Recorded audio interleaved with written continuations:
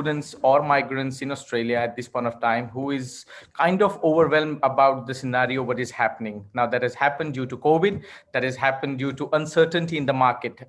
We have two very well-known people. We have the CEO of Aussizz Group, Mr. Dharmendra Patel with us, and we have the Aussizz Director from Adelaide, Mr. Tejas Patel. Now, I'll quickly give you the introduction about both of them. Aussizz Group, as you guys know, that is formed in 2009, and currently we have more than 25 branches all over the world, and we have more than 500 people who are working for Aussizz Group. So Mr. Dharmendra Patel is the brain and has got the vision since 2009, and that's the reason where company is where it is today. And Mr. Tejas Patel, who is the director from Adelaide. These both gentlemen have worked in the industry for last 10 to 12 years, and I've got the amazing knowledge about the industry. So what we're going to talk about is going to talk about the situation what we are on, what students or the migrants should do at this point of time, and we will take few questions as well. We are not going to talk about specific migration questions, but if you have any questions, feel free to send it to us, and our migration and education consultants will definitely get back to you as soon as possible. So let's not waste any time, and let's fire the first question. Guys, welcome. Thank you so much for your time. I know you both are very busy, but thank you so much for, this is a very important topic. We have not talked about this one at all. So let's start with the first question. So guys, considering the situation right now, what do you think where the education and migration industry is heading in Australia? Thanks, Mangaresh. Hello, everyone. This is Tejas here from Aussizz Group Adelaide. I hope this session will be useful to you. The reason I said that because obviously we won't be talking about a lot of thing migration, but we'll be talking about the real case scenarios and what you can predict over the next couple of years, how we going to come out of the COVID and stuff. So my personal opinion, Mangaresh, regarding how we are going towards the education and migration. Education, yes, we will be coming back hopefully as soon as the border opens up, but there's a lot of uncertainty around how soon it will happen. We are hoping somewhere after August, September, if we have a successful vaccination program rolled out around Australia, and then we have all the pending Australian citizens who are still stuck overseas, they come back to Australia as well. So we have that bit of a room around the hotel quarantine capacity and all those kind of things, and also government increase the capacity. Sorry to interrupt you, Tejas. Your voice is a little bit low. Can you please come a little bit closer? Sorry for that. That's all right. Can you hear me now? Yes, better. Thank you. No, what I'm saying is basically, obviously, education, it all depends on how soon the borders opens up, which we expect another 6 months at least before some amount of travel activity will come back again. That includes for the temporary visa holders. Obviously, the permanent residents or citizens can travel out and in as per the requirements, as long as they have the permits to travel and there is a genuine requirement. But eventually, the universities are focusing right now either for July or earlier next intake, which is for February next year. For students who are still looking to study in Australia, obviously, they don't know how soon the borders will be opening up and stuff as well, but they should be prepared mentally for at least 6 months that they might not be able to come in as of now. So even if they have the visa granted, they can still start studying online if they wish to. But as far as traveling is concerned, I'm personally hoping at least 6 months before there is some kind of travel arrangements by the government for temporary visa holders for education purposes. Talking about migration program, obviously, as government said in the parliamentary speech during the budget session as well, they would like to bring back the aggressive migration in 2023. Obviously, that was purely to focus on the COVID recovery as well. So 2020, 2021, 2022 will be more about focusing on domestic market in terms of the population growth or job growth or whatever. They obviously gone hard on the immigration in terms of stopping a lot of invites for 189 programs, which is controlled by the Department of Home Affairs directly. But they are still allocating good numbers for the state nomination and employer sponsored. So I believe employer sponsored 482, 186, 494, the regional sponsored visa would be still easily available for the genuine employers who are operating in those areas who need to access those applicants within that job market or labor market. So employer sponsored will be still there throughout this time as well. state sponsored, as you say. South Australia has started inviting even the non-critical occupations as well, a lot of them. So eventually all the states will start revising the migration program in July as well, to focus on some of the non-critical occupations, including the hospitality sector as well. So it's just matter of time, honestly. It's just matter of time when every state will start revising the migration program to focus not just on a critical sector, but also on the other sectors, including the hospitality sector, the trade occupations, and some of the other occupational as well. So it's just a matter of another 6 months or 12 months when you see a lot of announcements from individual states, because you have to keep in mind as well that state is also competing with each other with their migration programs to make sure they are attracting the best of their skilled migrants for the employers who are based in their states, because the migration program is all about job market, labor market. So they have to communicate with the local employers to make sure they're meeting their genuine skill requirement. So I'm hoping state level migration will be back again good level in 6 to 12 months again. And employer sponsored, as I said earlier, 482, 186, 494. It's pretty easy at the moment. As long as you have a full-time job, you go through the labor market testing, you'll be fine. So as you said that the vaccination is kind of coming back, and we are getting the positive vibes in the market. So technically by early next year we should be back where we were probably a year ago. You think so? Would that? We can't say that. It's you can't be back what we were in 2019 or 2020, early 2020. It's going to take a lot of time. I don't think so any company or any country will be back in such a short amount of period. Yeah. Obviously, economical activities and everything will be back again in a positive way. Obviously, Australian economy has grown around, I think, 3% in last quarter, which was very promising compared to all other, developed economies, we say. So economical activities, yes, we can see that it's growing and stuff, but when we're comparing back to normal situation, I don't think so it will be straightforward. It's going to take a lot of efforts and challenges as well. But I think, I would like to point out something here. The good thing about the situation is here, like any students who wants to come from overseas to study in Australia, because obviously like all the Australian universities and institutions, they are actually struggling with enough number, all the institutions are coming up with a lot of scholarship options, so any students who are actually aiming to study in Australia, I think this is a good opportunity to grab, so obviously as they just said, like once the vaccination will be there, probably by next year, the borders will be open and the international student will be invited to study in Australia. I think this year will be very crucial to apply for Australian universities with the good scholarship. It means that like the students can save a lot of money on their tuition fees, and also because usually what happens, like Australian immigration always been stringent with the student visa, specifically from the the highest countries, so I believe that like this time the Department of Immigration will also play a little bit of lenient role in terms of the granting the visa, so like when in a like peak time, when like even the good and genuine students sometimes used to get the refusal based on the silly reasons, you know what I mean? I think there are good chances for the people to get the visa. So I would say that like this year, like any offshore student who wants to come to Australia, this is the best time period to lodge an application, as like we are hoping the borders will be open, students can come onshore. So hardly if they want to study, they have to study online just for a semester, but on the contrary, they can actually save a lot of money. So that's the one aspect.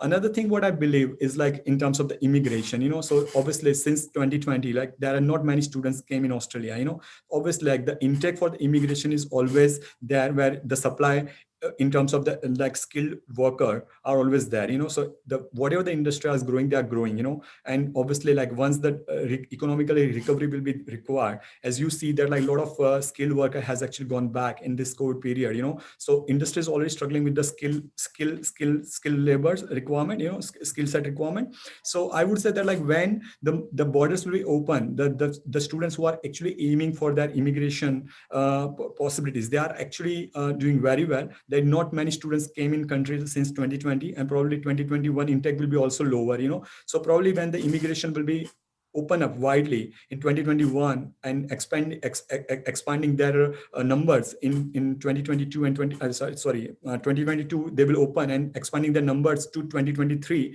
I would say that all the students who are actually currently studying in Australia will have the better chance to get the permanent residence and to settle themselves in Australia. So that's something is good about the situation for the students who are supposed to apply now and the students who are actually already in Australia studying. Excellent. So to sum up, Dharmendra, that you said that the scholarships are there, and this is the right time for students to apply for the courses so that they can get the scholarships, they can start their career, and the chances of getting visa would be higher, right? I read in that, Mankarish, I've seen some of the universities offering scholarships such as 30% or some of the particular region scholarships up to 50% as well. So definitely, if you're planning to study in Australia, you should explore those scholarship options because this is the right time to get the right scholarship on the full program. The visa turnaround time is quite fast as well. Our team here in Adelaide have got a lot of offshore visa grants within a week or so. Obviously they cannot travel right away, but as long as they have the visa, they have the admission sorted. The only thing they have to do is, as soon as the border opens up, is obviously make the travel arrangements. So it's the right time if you're obviously considering to study. And also the beauty about it, like say for example, many students, they think like if they want to actually start their intake in the month of March, or maybe like in July intake, right? Those people will think that like why they should study online. Certainly, while they're actually studying online, they are missing out, the cultural exposure in Australia. Also an opportunity to work in Australia. Also they are actually as a casual or part-time worker. But the beauty of it, I would say that like if you start, say for example, you are starting your study in the month of March intake or April intake or July intake, so what is the probability to complete your study? So you are about to complete your study in the year of December 2021.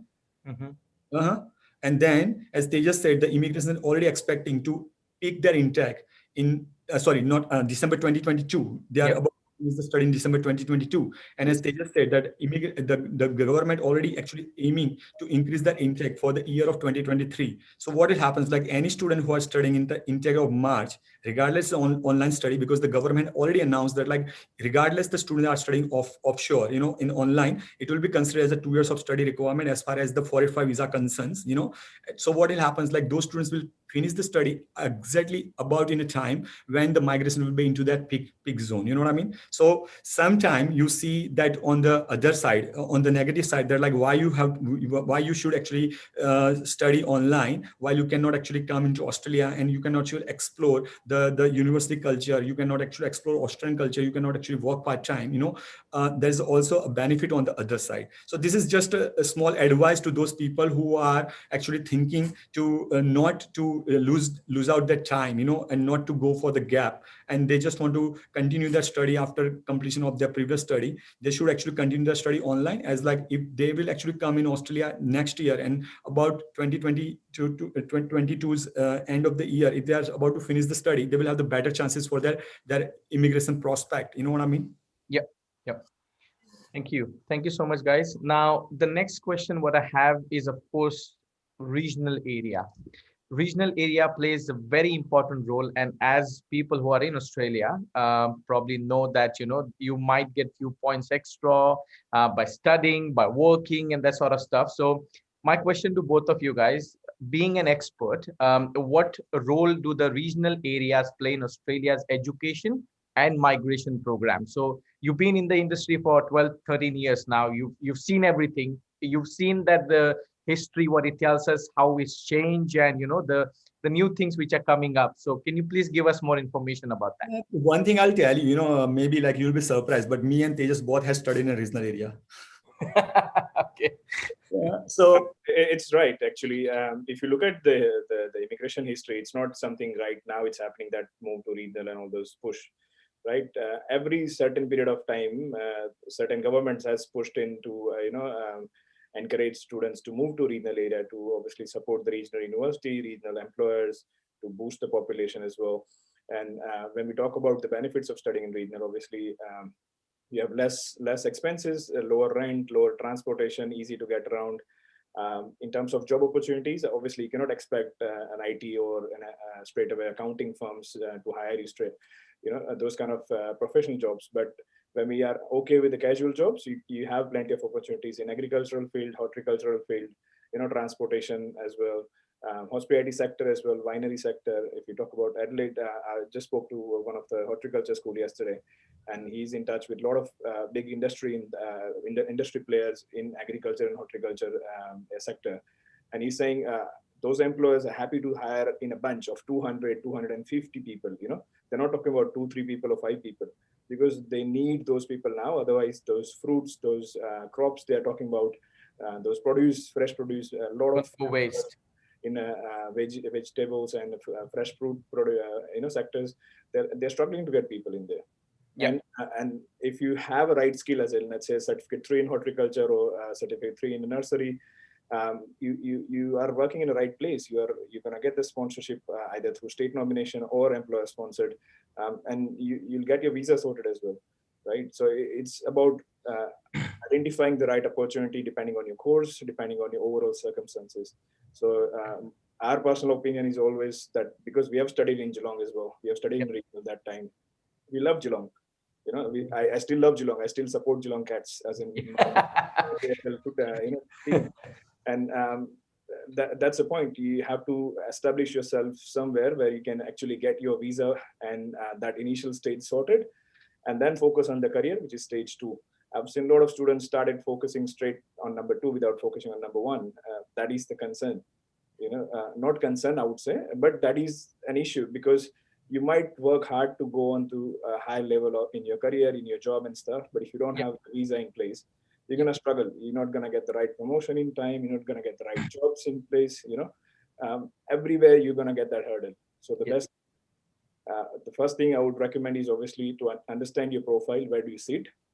And then make the right move if you're planning to move to regional. Region is suitable, as in Northern Territory suits you better, South Australia suits you better, or Tasmania suits you better, or regional Queensland suits you better.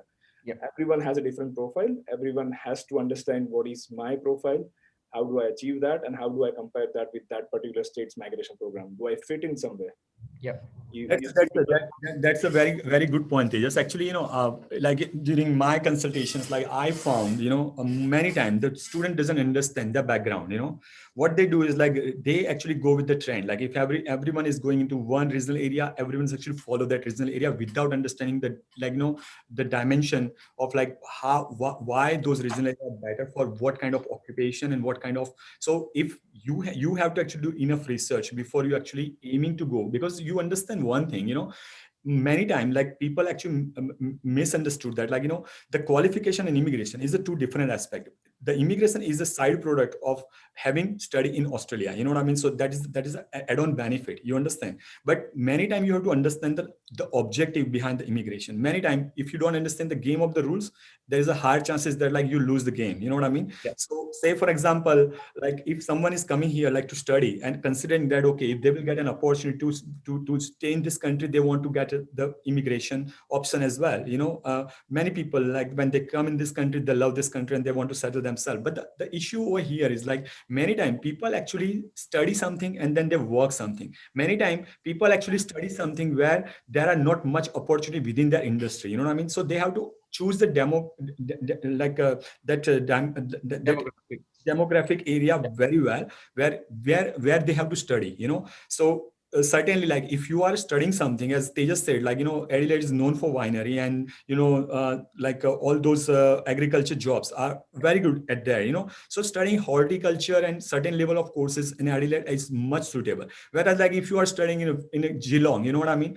There is because Geelong is the regional area. There are good universities like Deakin University is there, and there is a university of like Federation University in Ballarat, So there are certain regional area in Victoria. If you study there, you still are very nearby to Melbourne, So you still can actually get an exposure within your field if you want to study some courses like, say, for example, IT and accounting and mass business and any other, professional courses, you understand? So sometimes you have to understand the demographic benefit, and then you have to choose your study wisely. And that is what my advice will be always there to the students. Don't just go because your relatives live in some area, don't just go because your friends went there. if you are actually aiming to study, you always have to actually research that, okay, what you will study and how much you can explore, like create exposure to work in that area. Because you understand, most of the time, like in current scenario, when it's like very tough on the immigration, you see the people who are working in an industry, they have the higher chances to migrate. You understand? They have the higher chances to get the sponsor experience points. They're actually getting the benefit of it, and most importantly, they are actually going into that culture where they are actually at last, even though they cannot actually settle in this country, they are actually getting the international experience, which can actually they can use at any stage of their life. You understand? So Yes. study in an area where they can actually get more exposure toward the experience side, which will be much highly appreciated. Yeah. Dharmendra, I've got one more question for you related to the same one when we're talking about regional. You've seen regional areas in Australia keep changing from, I'm talking about 2009, I'm talking about 2021. What is the difference? How can you describe it? What is regional? How do you describe regional? See, frankly, like the government are rights in their own. These problems what government has identified since long back. As I said that, like I studied in regional area. I studied in genome, and frankly, like in our time, like immigration was very easy. Yep. Though, like I got the benefit of 5 points of regional, and I got my permanent residency. Like, and many of my friends, they had to struggle like 1 or 2 years, Yep. to get their permanent residency in that time because they studied in Melbourne. Yes. So I would just tell you that like the regional been promoted since many years in the country, Mhm. because government always wants to push the migrant into regional area, so they can actually develop those areas. You understand, the country's economy and the job creation is lies on the migration. You understand? Yes. When everyone is actually coming in Melbourne and Sydney hoping for an opportunity, it's like creating it has actually created very big issues for the like Australian citizens, where house prices and Housing prices, renting, everything. everything has been high. You know what I mean? It is the biggest challenge for the government, as like government has so many area to develop, and they can actually, so they are actually pushing through the migration program, Yeah. and completely understood that like many time people thinks like, okay, what they will do if they are going to regional and there is no jobs. But as I say, there's always a way around it. You know what I mean? You have to choose your like location wisely. You understand? Yeah. Okay. Uh, the you have to understand, it is like high time now when government is actually pushing regional area, like in whole this time, before they used to promote silently. So in my time, like they used to encourage the regional area, but still like the immigration was easy, even you study in Melbourne, Sydney and metro cities, Yep. but now it's a high time when government is actually giving a lot of benefit to study in regional area. In fact, the recent announcement of 45 visa, you know what I mean, which actually gives 3 to 4 years of like a temporary residency if you actually study in regional, it's like phenomenal. You understand this, the mindset of the government is pushing regional, so I would say that like when students are actually aiming to study in Australia for the good qualification and aiming to explore themselves in a work culture, and if they have any objective to also consider the benefit of migration, they have to consider regional area, Yep. because that is something which will be pushed hard. It's already pushing hard, and I think in coming time it will be goes much stronger. Okay. Perfect. Thank you. To sum up, basically that the future is in regional area where the government is planning to boost that area. Of course, there are different benefits of that as well, which we have talked about. So that's a good sign. Tejas, next question I've got for you is the students who came last year, the people who are sitting on 90 to 95 points, and the people who are sort of close to their TR. What advice would you give it as a migration expert? What would you tell these people or these clients? One liner I will say, just hold the front. Okay. Okay. Important one. Yeah. Okay. Look, to be very honest, Mangesh, they're all in their different phase of life, right? Mhm. Someone who just came to Australia last year, they cannot compare themselves with someone who has 90 or 95 points, because that person has worked hard to achieve that 90 or 95 points, Yeah. first of all. So if you have just came to Australia last year, the only thing I would recommend you to work towards is make sure you know your pathway. So you do your research now, that what's going to be your future. Work towards it. Try to get a close related job. I'm not saying your field job. Obviously, it's not going to happen straight away. A close related job. So let's say if you're working as if you're studying Master of Project Management in any university, close related job. Obviously, as a project manager, yes, Mhm. but no one's going to hire you a project manager while you're studying. But even if you start working as an admin in a construction firm, or any firm which is managing the projects, eventually you might get an exposure as a project administrator or project manager in the future. Same with the commercial cookery. You're study a Cert 3, Cert 4 diploma. Um, Start working as a kitchen hand. Doesn't really matter. You might get a job as a cook, chef, head chef down the track, restaurant manager, depends on your skills. So whatever you're studying, try to enter into that area from the basic. Don't expect that as soon as you finish your graduation as a Bachelor of Mechanical Engineer and someone will hire you as an engineer. Not going to happen. You have to start from CNC machinist, the work towards as a become an engineering technologist, and then someone might hire you as a mechanical engineer. That's the advice from the expert. Thank you. Okay. And I would say that's the main thing. You actually give yourself the exposure to the industry. That's the main thing. As they just said, I used to advise many people, the same way, that like if you are an accountant, you think that like, okay, getting an accounting job is easy. Maybe not, but what about like getting the job as a receptionist or admin? I mean, in an accounting firm, don't just lose your opportunity, waste your opportunity. Go for it. But many times people think that like they are making more money in odd jobs than working as an admin or in a reception, but they don't understand that like working in admin or reception, you are giving exposure to yourself within the professional network. You going into contact with the people who are accountant for many years. They once you actually create your relationship with them, bond with them, you know what I mean, they can actually help you to get your job into the accounting. And obviously, like when you have the genuine intention, you studied well, you have invested so much in your future, you know what I mean, you're hardworking, you can easily visible in this country, and you will get an opportunity, you understand. But that's something is requires the will. You have to first create the will that you really want to do it, and that's what is all about. You have to create your mindset. If you are aiming to settle in this country, you have to go for all the options. Yep. Of course, that is sorry, Tejas, you want to say something? I'm just saying the second cohort you mentioned is obviously the 485 holders. Yes, that's another challenge, obviously, as in you already finished your study, so you have to assess your options. If you're staying in a metro city, what are your options? Are you going to achieve that high required points? A lot of movement in regional happened in last 12 months because there has been no invites in 189 sector, right? But take it this way as well. In next financial year, department will start, issuing the 189 invites. They will eventually come out of that cohort of the critical sector. So your occupation might get prioritized in the future, in near future. So in that case, you will have an opportunity to get invitation through 189. So if you are a graduate visa holder, obviously your focus should be get your PT done, get maybe NATI done as well if you are speaking one of those languages. Get your professional year done if you want to achieve high points as well. So and just hang in there because obviously 2 years your UI will be valid. If you have lodged it now, next year you might have a chance. I'm not talking about some of the pro rata occupations, but some of the other occupations which are not that popular, you still have a chance for 189 in the future when immigration will restart the 189 program. They're not going to just die off the 189 itself, which is a skill independent. Obviously, the other sector you can also focus if you're a recent graduate through masters of research or PhD through global talent as well. So you really have to assess your options, what your options are. And if you think you're not going to get a job because of any reason and stuff, then have a plan B. So the earlier you plan on your graduate visa, it's better. You have enough time towards end of your 485, or you have time to plan your journey basically. Everyone is in different phase of the journey. Never compare yourself with someone else. Maybe even your roommate, your roommate might have come around 5 years ago. He might have finished your studies.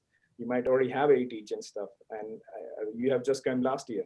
So everyone is different, currently in different phase of their life. You just have to understand your journey and then work towards achieving that journey. That's all. Every journey is beautiful and mine is the best. That's what they say. Okay, thank you. You just talked about PY, just talked about English requirements, you talked about work experience, you talk about assessments, you talk about state sponsorship. You pretty much touch base on so many things. So when a student or a migrant comes here, what are the important aspects? And Dharmendra, I've got this question especially for you. That what are the aspects which might influence a migrant's ability to secure a permanent residency? What do you think about that? So, Mangesh, the thing is that, like, as you know, that like Austria is more popular in a more popular destination country for the study is because Austria offers the permanent residency option, and many students, when they come, they realize, okay, they love this country, they want to settle in this country, What they have to understand, that point of time that like, okay, how the immigration program works, so certainly like immigration program works based on the skill shortage. So basically whatever you are studying, you know what I mean, you are actually qualified, for that particular occupation. Then obviously if you have an experience, a past experience, much better. Not you have to get an experience does matter, as we already discussed, how you can actually aim for an experience is simple. When you are actually studying, you try to give yourself exposure within the industry. Similarly, rather than doing any odd jobs, you just keep trying hunting for the odd jobs within the industry, which gives you exposure to work into your occupation. It will actually maximize your opportunity or probability to settle in this country. And this is my advice to everyone, as Tejas said, and I've seen many times, people are actually doing automotive, but then they are walking into the restaurant.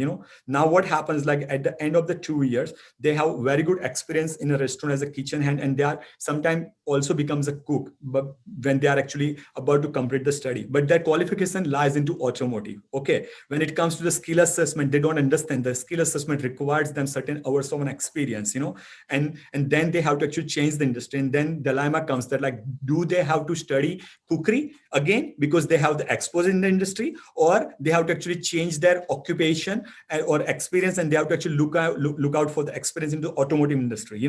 Now this is something, it's too late when you realize it, you understand. And that's the reason when you are actually in the early phase of your education, you have to understand that like you have to give an exposure yourself within the industry rather than you are actually doing any odd jobs, or else like very early, if you actually passionate to work in that industry, very early decide that okay, this is something is like interesting for you, and there is a lot of options where you think okay, whatever you are studying is not of interest of you, and because of the work exposure you are actually liking that industry, then actually try and give yourself a chance to study in that industry rather than studying irrelevant thing, you understand.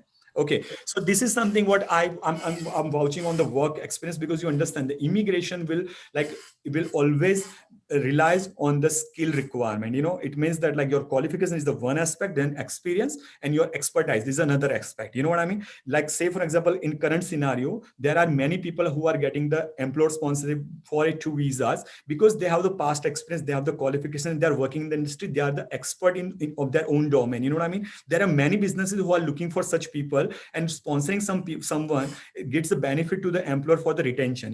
Those people are working for longer years, for that particular employer, and that benefit employers already understand, so they want to sponsor the people. But you understand, as a business person, you only want to sponsor the person who can contribute something within your business. You know what I mean? So if the person don't have expertise and the person only have the qualification, and that person cannot actually add on any values into your business, how would you actually employ that person, and why you will go for the sponsorship? You understand? So my advice to the students is like, if you are actually start studying something in a country, and if you have any aim to settle yourself in this country, then actually try to give an exposure within the industry in which you are actually studying, and that's how you will actually find yourself to work in the industry. You will actually create the value for the business, and then at one down the line, when everything will be hard, understand one thing: regardless what will happen, like employer sponsorship, something which is like very like promising program for the government, because before you actually becomes a permanent resident of this country, the government actually taste and try you enough, working on the temporary work visa. You understand? You are contributing enough to the economy, you are contributing enough toward the skills value of like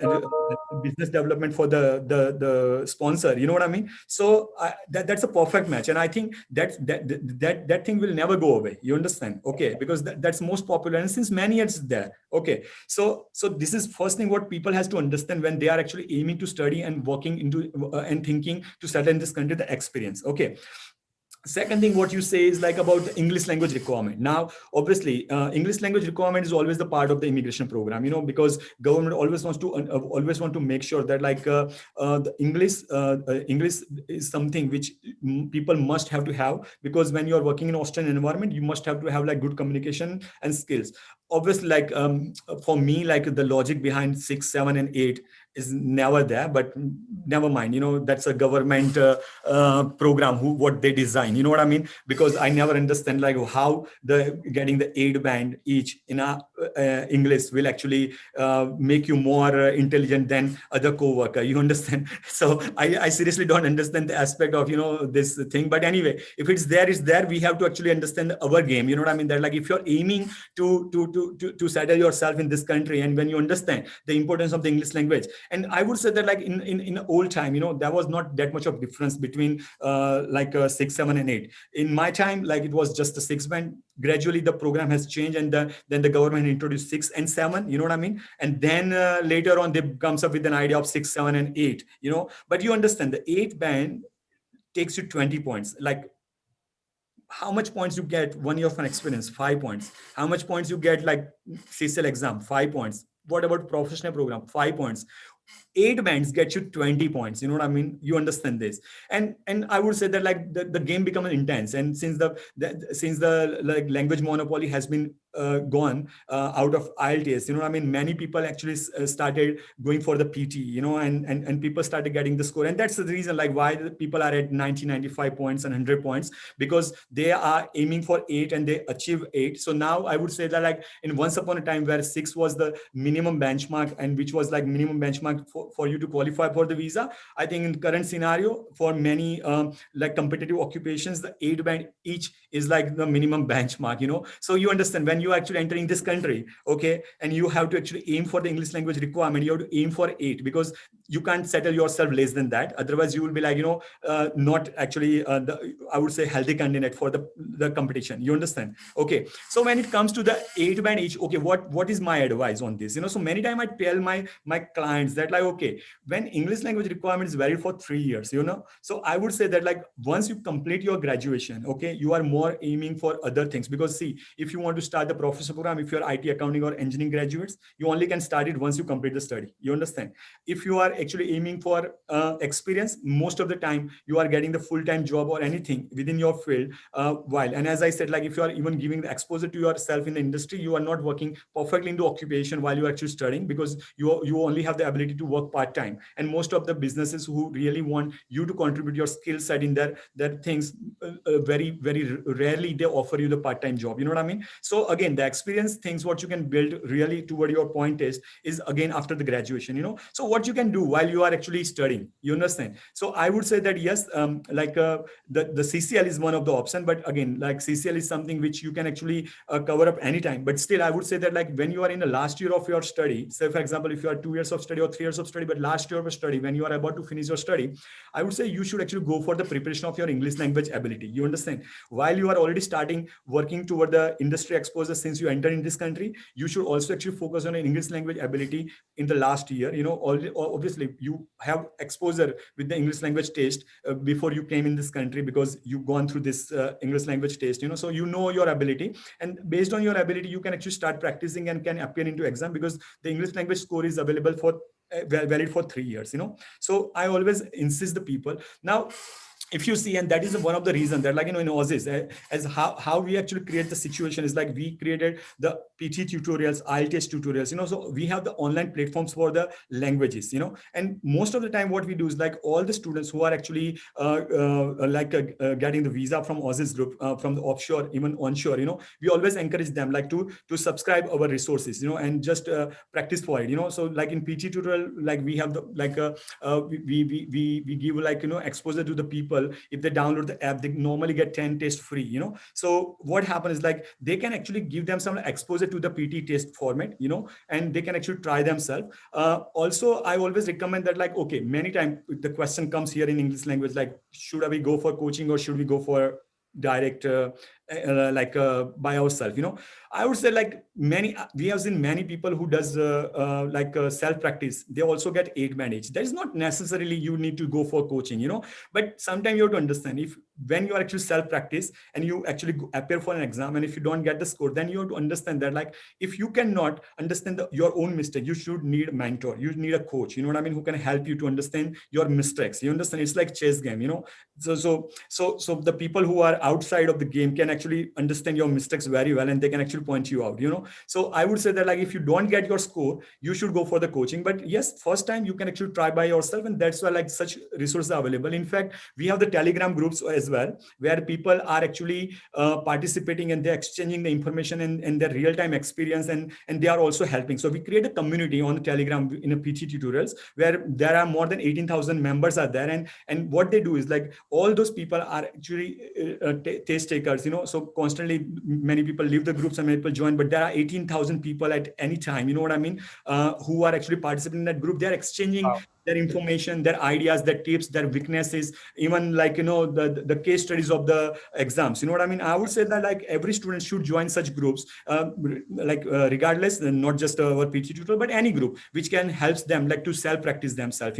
They should actually subscribe resources like, PT tutorial has like an online platform where they can actually practice, they can actually give themselves a try, and they can actually try for it. Now, every such things in IELTS and PT can be done while they are in last year of their study. So if they get the score 8 band, one box is ticked, that's it, done. Then they have to focus on other aspect of employment, which is more crucial, you know what I mean, the professional program, which is more crucial, so and why? Because I always used to tell in my consultation, any graduates, they come and they ask me the question that, sir, what do you say? Should I do the professional? Should I go for an experience? Should I go for English? I would say, okay, my question to you, are you looking to settle in this country? Are you looking for an immigration aspect?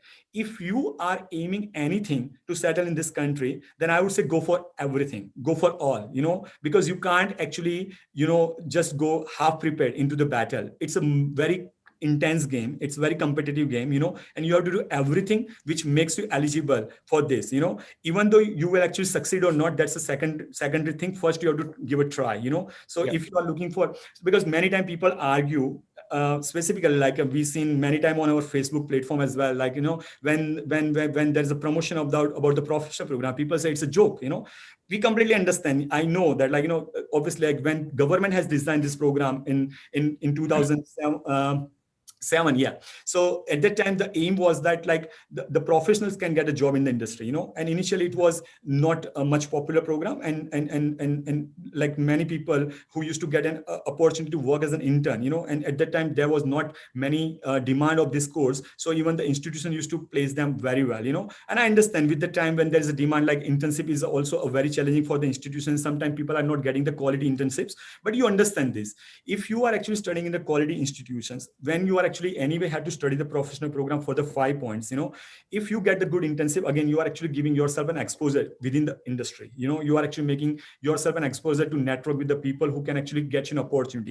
If you are intelligent, if you can actually showcase your skill set, you will be visible, you will be the choice of the employer, you understand, and you can get a job. And certainly, while PY is not serving the purpose of many people, there are many people who got the job opportunity, who got settled themselves because of the professional program. Also, a lot of people got permanent residence based on the 5 points of professional. I know the games is intense, but understand one thing, even though today when there are people 1995 or 100 points, with the 100 points, if they are getting the permanent residency, so obviously there are still few people are getting state sponsorship or even like 189, when the invitation was there. How those people are into the top slot? Because they did professional program. If they would not do professional program, they would not actually sustain themselves. So understand, it's not about the hate of professional program or not, it's a necessity.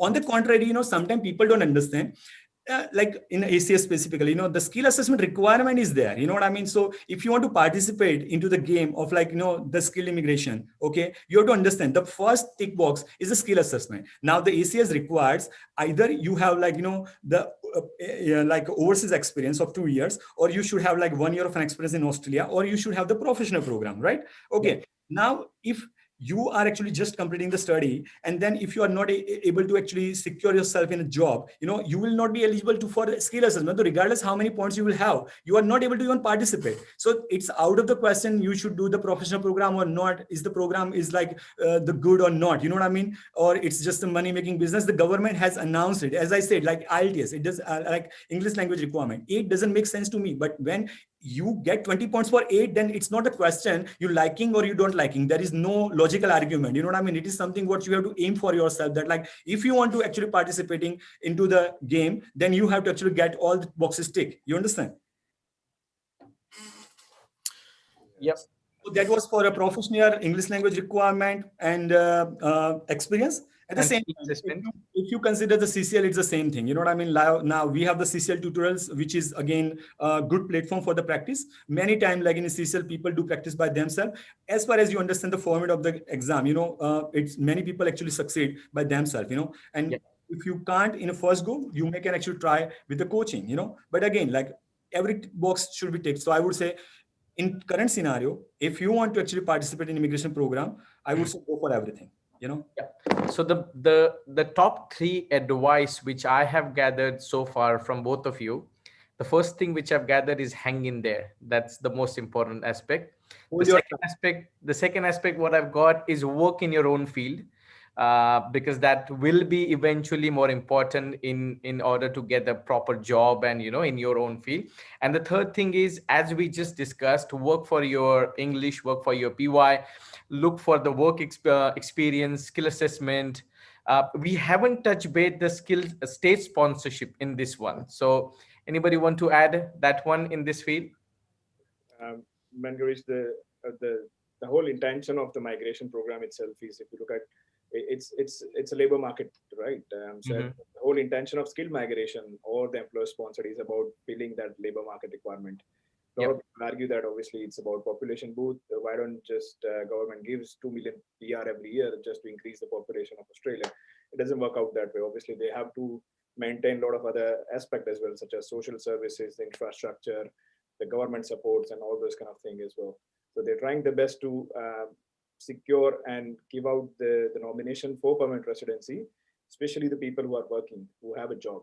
So my personal advice to everyone who is watching this video, especially the students, graduate holders, anyone, is if you have a job, you have a higher chance of the migration outcome. You're going to have a better chance of giving a shot on this the whole process itself. You're competing with more than 1 million people every year. There are 600,000 students. There are close to 100,000 plus temporary workers. A lot of people apply from offshore. Every year, more than 1 million people obviously try to complete the whole migration program. And out of that, you have to be on top of the ladder. So as Dharmendra said, you have to give a shot at everything, English, NATI, UI, everything, to have the best shot towards the migration program. If you think you're not going to get that 90-95 points because of any reason, then you have to look at the state nomination option as well. If you look at the recent announcement or recent developments last 6 months or 12 months, most of the states, I would say all of the states, only preferred the applicants who are currently employed in their field or closely related field. As long as you are working in the same group of occupations, they are happy to give you the nomination. A lot of requirement has been changed. They have made a lot of easier requirements. Let's say if we talk about South Australia in particular as well, engineering occupations, sort of IT occupations, as long as you have a job in the industry, working with the same assessment authority occupation, you get the nomination with 6 months experience, 12 months experience for 190 or 491. So what I'm saying here is basically, if you have a job in your field, then you have a better chance of 189 or 190 or 491. A lot of people will argue as well the job outcome. That's when it comes from a prior planning. As Dharmendra said, that you have to enter in the industry through any odd jobs to make sure that you get enough chances to succeed in the industry, step up in the different roles. Always look for opportunities through networking, through different roles within the same company and stuff. And that's when you're gonna get the best chance towards your migration program. Okay, but when I'm just a hypothetical situation, when I'm a student, I'm studying, but at the same time I need to think of PY, I need to think of English, I need to think of work experience.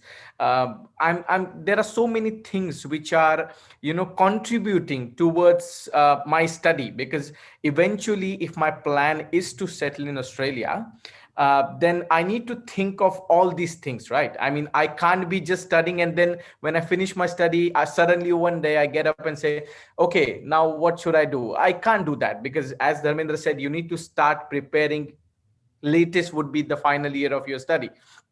So if I'm approaching an agent or if I'm looking for the services, when do you think an aspiring migrant should approach an agent? I'll say just two things before I'll pass it on to Dharmendra. Sure. There are two times I would recommend any international students or graduates to consult a migration agent or take a professional advice. Number one is when they come to Australia. to make sure what they're studying, they're doing the right thing. They know what they're doing. They want to create the career in their industry, right? Yeah. Number two is in semester 3 or semester 4, because you're about to get graduated. You know what's going to happen in next 6 months.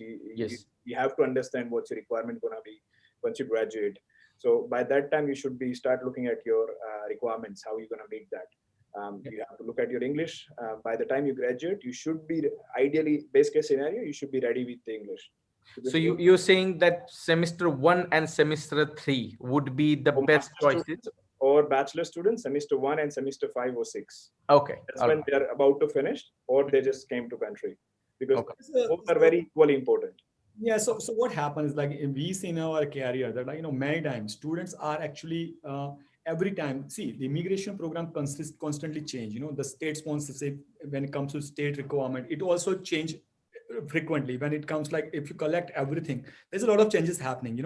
Now what happens, like, when students actually land in this country, Tejas is very much right that, like, obviously when you came from overseas, you comes up with your own understanding about the Austrian study and your own requirement, you know what I mean? And obviously when you land here, sometimes the people surprised, because sometimes they not get right advice from the offshore agents, and sometimes they realize, okay, they have actually different understanding about their study, and sometimes they actually never decided to stay in this country, but since they actually land in this country, they realize, okay, there is a opportunity to settle in this country and they can do very well in their career.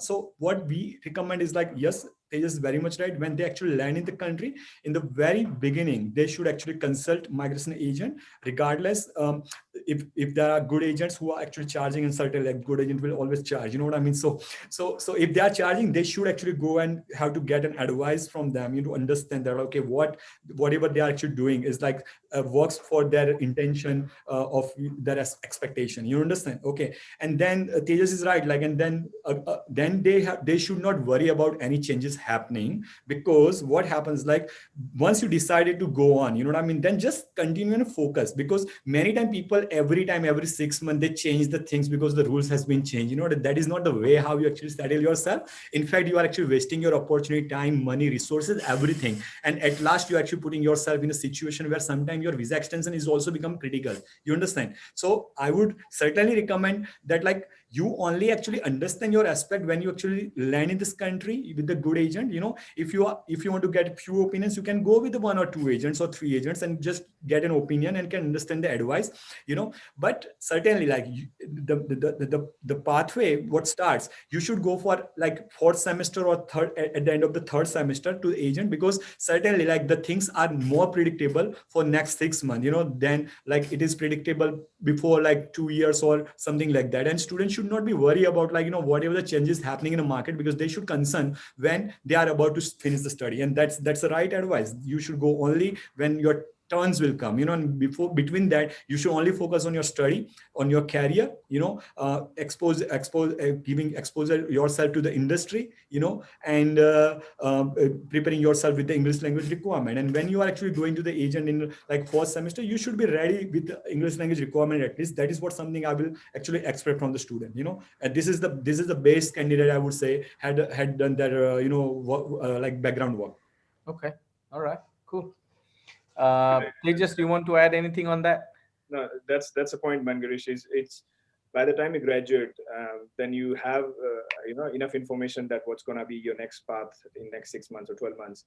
When you start looking, and if there is any changes, and you start running around and stuff, even though you haven't graduated, nothing going to happen to you. You shouldn't be focusing that way. You shouldn't be planning your career that way, because eventually you have to understand it's a circle. It's a circle where a lot of occupation, even if they have taken out, let's say, chef and accountants from Western Australia or certain occupations. Right now, I'm giving example for South Australia itself.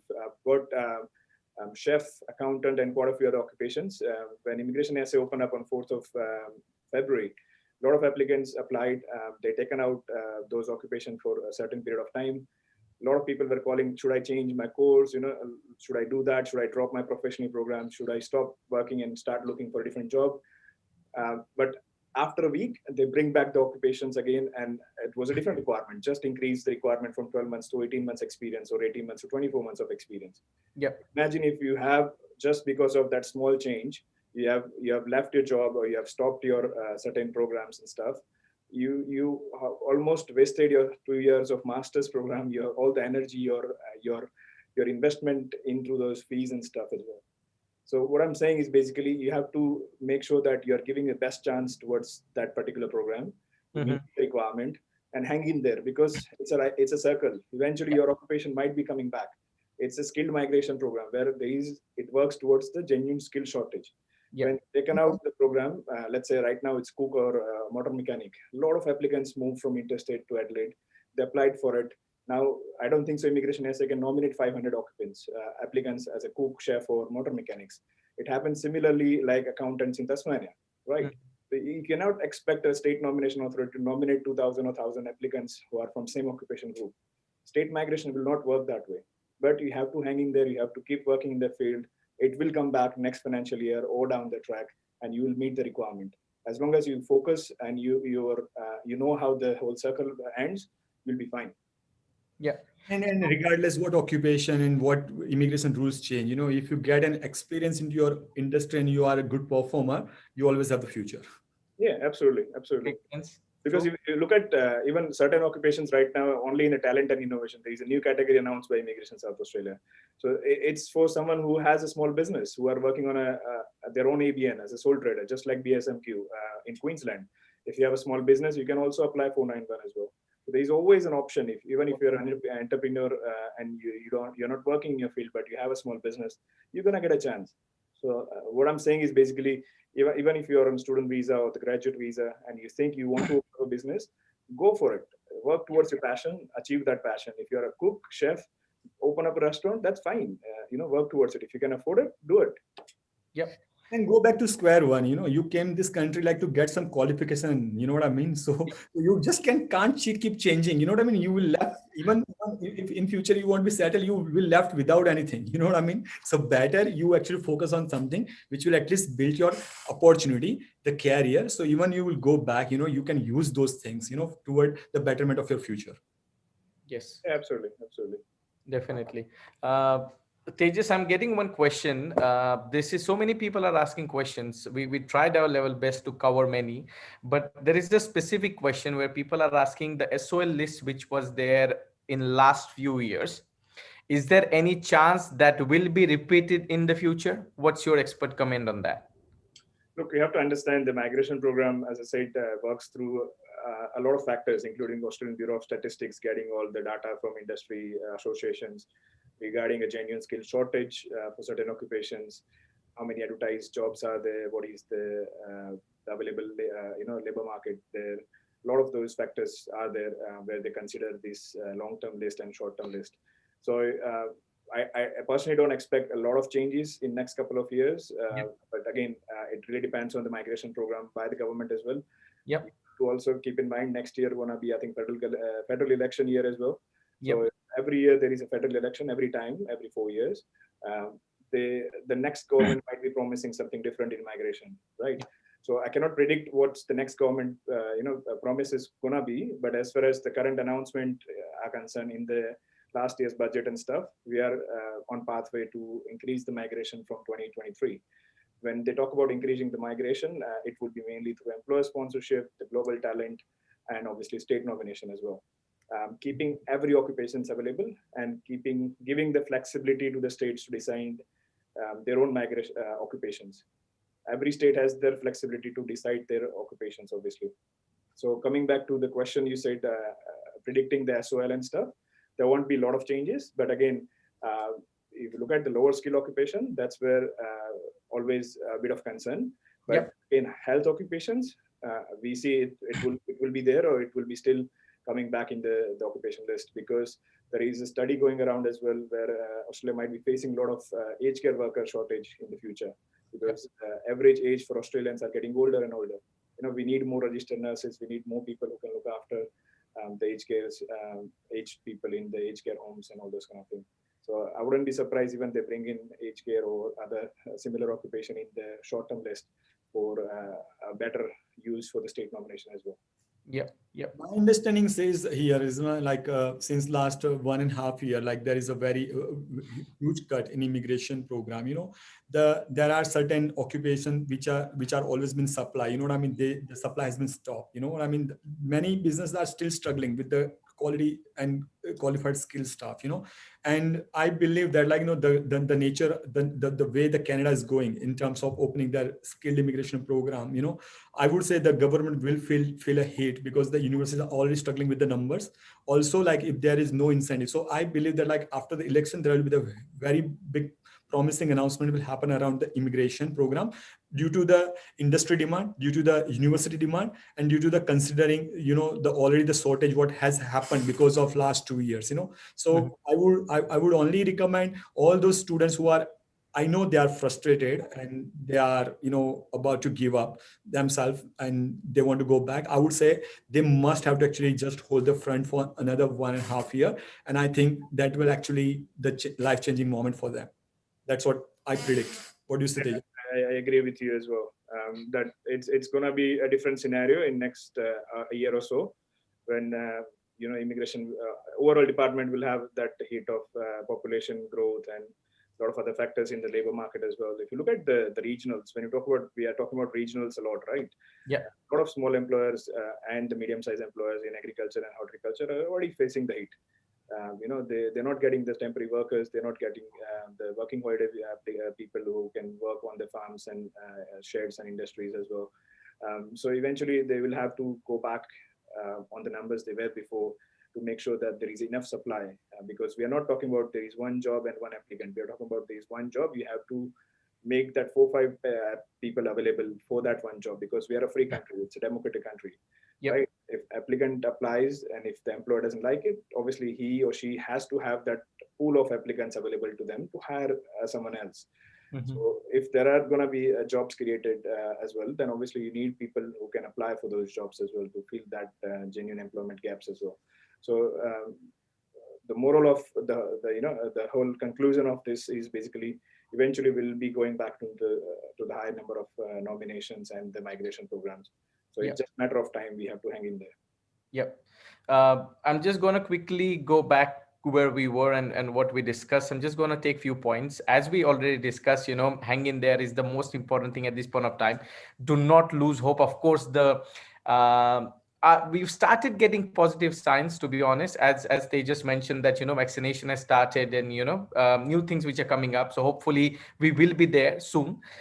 Second thing, what we talk about is work in your own field. So if you're a student, keep working in your field. Do not lose hope, because that is eventually going to take you to the next level. We also talked about the different facets about a migrant's life, which we talked about: PY, English, work experience, skill assessment, state sponsorship.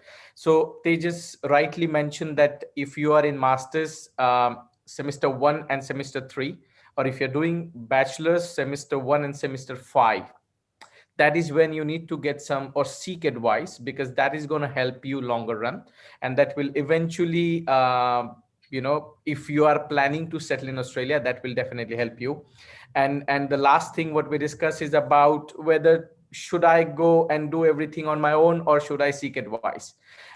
We talked about that one as well. What are the common questions we should ask, and what sort of advice we seek, because an agent knows most of the things, and a good agent who usually charge fees who is going to give you a genuine advice. So seek that one. Dharmendra and Tejas, I would like to ask you if there is anything which you want to cover more, which will help our audience, and those students who are kind of feeling either it's a student or either it's a migrant who finished their 485, finished their studies, and kind of little bit down. How if I'm in that situation, what is the last advice you would like to give me? But personally, from my side, honestly, it's not first time it's happening. I think Dharmendra would remember this as well. When 2009 immigration started, refusing a lot of visas offshore. There was a different time frame as well. A lot of people were struggling as well for the visas. So it had happened before. A lot of people who managed to hang in there, they are settled down in Australia right now. I'm one of them as well. When a lot of my classmates are either back in my home country, or they're doing different things in different world as well. even though they're settled down there, they're happy with but it's all about how you go through this journey. You have to create a path towards it. And then second thing is obviously, as we said, work towards your field of study. I've seen a lot of people who might be, having a transportation business or a lot of different things. They have a good amount of income every year, but they're still struggling for their permanent residency just because the focus is not there. So just have that focus that, even though you might not be getting financially successful that time, but at least once your hurdle is out of the way, then you will be focusing on that. And if you're smart enough, you'll achieve that in relatively small period of time as well. So that's my personal advice. And coming to your question, like, the student should do it by themselves or they should seek an advice from the agent, I always say that, like, see, the immigration is not something is magic, a lot of information is available on the immigration site, and most of the time, like the bigger challenges is visible. It's like understood, and it's okay to deal by yourself, but what happens is, like, many times we've seen that, like, many people are actually getting the refusals because of the silly things. So say, for example, when it comes to the 485, I would say that, like, there are out of like 100 self-lodged 45 visa, there hardly would be like, 2 or 5 refusal would have come, Now, why the refusals came? Because sometimes the people actually miss out the silly requirement, which is like, okay, at the time of application criteria. Now people think, okay, there's a requirement of the police check, I will submit it. But they don't understand the requirement of the police check to lodge an application for the AFP is before the application date. You understand? So after you lodge an application, if you realize, okay, there is a police language requirement and you lodge an application, you are very much confident that you will satisfy it, but you don't understand the immigration aspect. Sometimes, certain technical things and certain practicality is like too much needed to understood, before you actually go for it, So while I would say, yes, if you are enough confident, you should go for it. Many times we do the like live session on the 485 on Aussizz Group because we want to help the people to understand the 485, not to help them to understand the criteria, but to help them to understand what silly mistake you can avoid, because once you lodge that application where you don't satisfy at the time of application criteria, you don't understand the consequences. The consequences is that after completion of your visa, study, when you lodge 45 visa and you just make such a small mistake where you are not actually lodging your AFP application. Now, for me, it's like very silly thing, but you understand. Now, student visa has been expired. You are on a bridging visa, and your refusal comes based on the criteria which never been satisfied. So now you can't go in a history. You know what I mean? You can't actually change the thing. Many times people say it's okay if it's been refused, we can go to the AAT and we can actually win the case. But you understand, AAT is about where your visa is required something which is supposed to be satisfied at the time of decision, not at the time of application. So at the time of decision is a future. You can still actually work on it, but at the time of application is a history. You can't go back in a history. Now, this is something which is like small, but it's very critical aspect. You know what I mean? And many times students don't understand such thing, So I would say when you want to do it by yourself, you must have to actually get enough advice, or you should actually watch enough like participate in enough workshop, or you should watch such live session where the people are explaining the things. You know what I mean? Okay. On the contrary, another thing what I would say is, like, many times people just like listen the advice and they just go for by themselves. I would say always verify the information. You know what I mean? Many times every agent has their own opinion. Every agent has their own understanding. You know what I mean? So as far as it comes to the criteria, you can easily understand the criteria from the Department of Immigration website. But when it comes to the practicality, you know what I mean? When it comes to the timing, when you have to do it, how you have to do it, now those things are something is not explained on the immigration website. You understand? Those things are something which only you learn by the experience. You say like how much you can learn by the books, certain things come with an experience. You understand? Okay. So the agent has those experience. So I would say if you are enough confident, you have enough understanding, and if you have made enough effort to learn the things, you know what I mean? You can go by yourself. Otherwise, you always should actually rely on the professional advice. But here, even I will actually advise one thing. Most of the time, students listen from the agent and then they rely on the agent. This is a very wrong method. Okay. Agent advice and advice of an agent you can take as a principal guidance, and you can actually verify that information on the Department of Immigration site. Agent is not a magician. He doesn't actually bring some advice which is not available in a public domain. All the information what agent is actually providing you is available on a public domain. What you need to do is like you have to make a little of effort, and you have to actually verify that information, and you have to make sure this advice is correct, and you can then trust the agent. Also many times you should also understand if something is too good to be true. You also cannot actually fall in such trap. it doesn't mean that like you don't believe it, because it's okay if you are lucky, sometimes it is there, you know what I mean? But what basic steps you can take is like you can verify that information and you just blindly follow that advice. You understand? Yes. Okay. And I think very well said, Dharmendra. The other thing is obviously just like you go to doctor, you take multiple opinions. I normally recommend that this is a matter of your visa. Do take multiple opinions. That's fine. It's good to spend $200, $300, $500 on the consultation, because you know what's happening. You know how people had advised you, and then assess your application, how it's going to work out. You just go to a first doctor and say, okay, yeah, let's do a surgery. You're not going to do a surgery, right? You might want to go to a second doctor, a third doctor, to understand you really need a surgery or not. So it's always good. It's to have multiple opinion and then decide who is better, suitable for you. So both of you, and the journey. And the good thing about our in this particular migration is like you can also verify that advice on internet. You know what I mean? So whatever has been told, you know what I mean? I agree both in that, Dharmendra, because obviously a lot of information which is not easily publicly available through PAM or Legend and all this kind of thing. So they do have a lot of information on the departmental website, but legislative requirements or the policy and all those kind of things will not be easily available. So the basic requirement, they can verify obviously whatever somebody is suggesting and stuff. Yeah, but then I've got a question for both of you then. What are the common questions I should ask if I'm in that shoes, if I'm consider myself as a student or a migrant, and you guys are saying that, take a couple of, consultations and see and try it out. What question should I ask? What do you think? I'll answer this.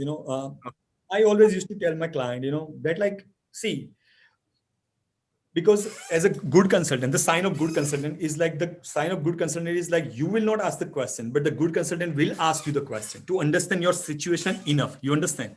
So when you come to me, I'm not expecting anything from you because you don't know anything, and that's the reason you came to me. So say, for example, when you go to the doctor, you just say them, I got a stomach pain. You know what I mean? Okay. Yeah. That's it. So you are coming to the agent and you are actually explaining that you have an intention to stay in this country. You are intention to apply for this visa. It's the agent's job where agent is asking enough question to understand your situation so he can actually serve you well and he can actually advise you well. You understand? So if you are going to any consultant, and if any consultant is not asking you the enough question to understand your scenario, and you are actually forced to tell him information from your end, I would say that's a bad sign of the consultant, because consultant doesn't understand the situation and he's just trying to fix your problem without knowing your background. You know what I mean? Okay.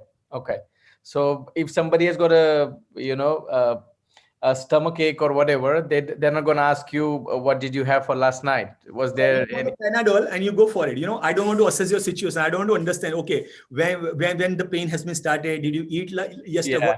Yesterday. If I understand enough and I can analyze your situation better, I can actually give you better medicine. Yes. So those consultants will only give you Panadol. You know what I mean? Okay, you want to apply this, just apply this. You know what I mean? They do not understand your situation. More to the medicine part, I would say if there is a good doctor, if they will ask enough question about the background, you might not even need medicine as well. They will say, okay, you might have had something which was not fresh, and this is the reason. So just have a bit of warm water or lemon or whatever the remedy you can use, and it will be clear. You don't need the medicine. It's similar to that sometimes you don't need to apply for certain visas or do that and stuff. So as long as they have asked you enough questions. Let's say Mangirish, you have went to a migration agent and they've asked enough questions about understanding all your qualification, not just Australian qualification, all your qualification. Because I've seen very common mistake our industry people as a migration agents do is they just assess clients' profile on base of the Australian qualification. They don't even care about what they've done in the bachelor or overseas studies. But you never know, they might be eligible through the bachelor studies. Easy 4 years engineering. Sometimes partner. They don't ask about partner. Are you married? They don't understand. Okay, there can be the partner can be qualified because client don't know. You know what I mean? What options are available for them? You understand? Yes. Okay. So and again, timing is very critical for our industry. So sometimes because of the bad advice, and sometimes because you are actually not taken enough measures to advice to get enough to get advice in timely manner. Sometimes you lose an opportunity. Many times I've seen the people who could have actually been qualified if they would have actually taken the advice in timely manner. You understand? Okay, or they would have actually taken the action in timely manner. And sometimes they had actually got an advice, but they got an advice for something where the 45 visa they have discussed with the agent, and agent has advised them for 45, but they haven't actually assessed other parameters. Where they could have been actually eligible that time for the immigration itself. You understand? Okay. Yeah. And once the timeline goes away because the state requirement changed, and then realize, oh, when you was readily available, there was an opportunity and you missed out the opportunity. So I would say that yes, if any consultant who are good, they will always ask you the enough question to understand your background, and they will actually try to assess the situation from 360 degree and not just from the point of view where you are coming from. Yes, absolutely. They just yeah, that's the whole thing about migration itself is, look, I don't think so anyone is perfect. Even the person who are writing the legislation, I don't think so they are perfect as well. A lot of time they don't know what they're talking about as well in certain aspect of the immigration as well. Yep. So just by relying on one advice, and you might have not felt right that it was wrong advice and stuff. That's why I said have a multiple opinion. Even the people who might be practicing migration for 25, 30 years or 40 years, they might be wrong as well, because there might be a new change. Migration is such a frequently changing field where a lot of legislative changes happen, a lot of policy changes happen. So you have to keep updating yourself. And sometimes the person you're consulting might not be active in that area, and he or she might not have done enough research in that area. And that's why they have given you the old advice. I'm not saying wrong advice, the old advice, which is now changed. Yes. So the benefit of taking multiple advice is obviously just to make sure that you are giving yourself a better chance to avoid anything in the future where you might be facing the refusal or a cancellation or whatever. Yep. So you have to make sure that you are giving yourself a best opportunity to have a smooth pathway towards the migration journey in Australia. So you have a straight journey rather than going around. The Yep. old said, precaution is better than cure. Yes, absolutely. Absolutely. All right. Thank you so much, guys. Mr. Dharmendra Patel, I would like to thank you. Usually CEO of the company doesn't come on Facebook Live on many times, but Actually, the thing is that this is the first time I've been to the live. I know at Aussizz Group, many of our colleagues, they do a regular live, but this time I seen that the students are struggling. There is a lot of things which is not, because see, criteria based information are already available when you consult the agents. There are also a lot of live sessions happening whenever something change on our ground. But I really want to actually give one advice to our viewers and the students that this is the time when I know you have invested enough. The students who are studying, I would say that it will be the best time for them when they, by end of the year, if they are completing the study, they will be in a 45 visa when the immigration circle will start rising. You know what I mean? Yeah. I mean, they are into perfect timing. But certainly I feel sad about those people who has completed their study in 2019 and 20, you know what I mean? And they are actually in the dilemma because after having 95 points, and I would say it's amazing, man. When before a few years, 65 points was surface, to get you settled in this country, you understand? And I seen many people used to struggle even that time period, so the people they had to literally change the point table. If you remember 2012, they introduced this skill select. They eventually introduced 65 points, and no one were achieving that 65 points back in days because it was something else. So they had to literally change it to 60 points. And because of too much of competition nowadays, they went back on 65 points. Yes, I remember that. I remember that, Tejas. You are right. It was like, say, from the 65, they changed the benchmark to 60. You know what I mean? Because not many people been qualified. So it's amazing. Students are, and I would say this, this experience. It's the students who are actually today in this particular journey. I always tell they are the legend. You know what I mean? Because regardless what will be the outcome for them, in terms of the immigration journey, I would say what they have actually struggled and what they learn out of this journey, it will always help them throughout their career. They will see the benefit of this particular struggle in future. And I seen that the people who struggle a lot in the past, they've been very successful today in their career and opportunities. You know what I mean? So one thing, so basically why we did this particular session is to give them a confidence that the time is hard, and obviously the time is going to change very soon. By 2022, I would see the positive sign will come. come, so what those people, I know they must be tired, they must be frustrated, you know what I mean? I would say yes, there is another opportunity. What we recommend is like, at the same time, Canada is actually opening a door, so if they can qualify for the Canada, they should actually also participate into Canadian immigration program as a secondary objective, you know what I mean, while they keep continue themselves to survive themselves in Australia and hold their front. Because I would say that when the immigration will start changing, and as Tejas said very rightly, I still remember in his time, it was a similar situation. Not many people used to get easily settlement because of the change of the program. And what happened is, like, at that time, I only tried to keep hold the people. So obviously Tejas was one of my client, as well as he was my friend. So what we did is, like, at that time we did the same strategy. We just hold the front because we knew the things going to be changed. And when it changed, now you look at him. So then he actually come back in life. So I completely understand when the people are thinking they are wasting their time, the people are thinking they have actually made enough effort, and now they are frustrated, they're tired. I would say just keep the front, hold the front, for one more year, and you will see the positive signs, and then it will give you more fuel to continue yourself here. You know what I mean? And then whatever will happen will stay as a history. Yep. Perfect. Thank you so much, guys. I know usually we talk about either education or migration courses and programs and stuff, but today's chat was very insightful. It's all about what a person who is kind of overwhelmed, and what tactics they should use at this point of time to hang in and kind of go with the flow for a timing till the time we come out of this pandemic. So I would really appreciate Mr. Dharmendra Patel, and I would really appreciate Mr. Tejas Patel as well. Thank you so much, guys. Experience pretty much talks, and people, what they heard is someone who's been in the industry long enough to advise and to give right wise words, so that people can take it forward and be successful in their life. So thank you so much once again. Have a good evening, have a very good long weekend, and guys, if you have any questions, feel free to reach out.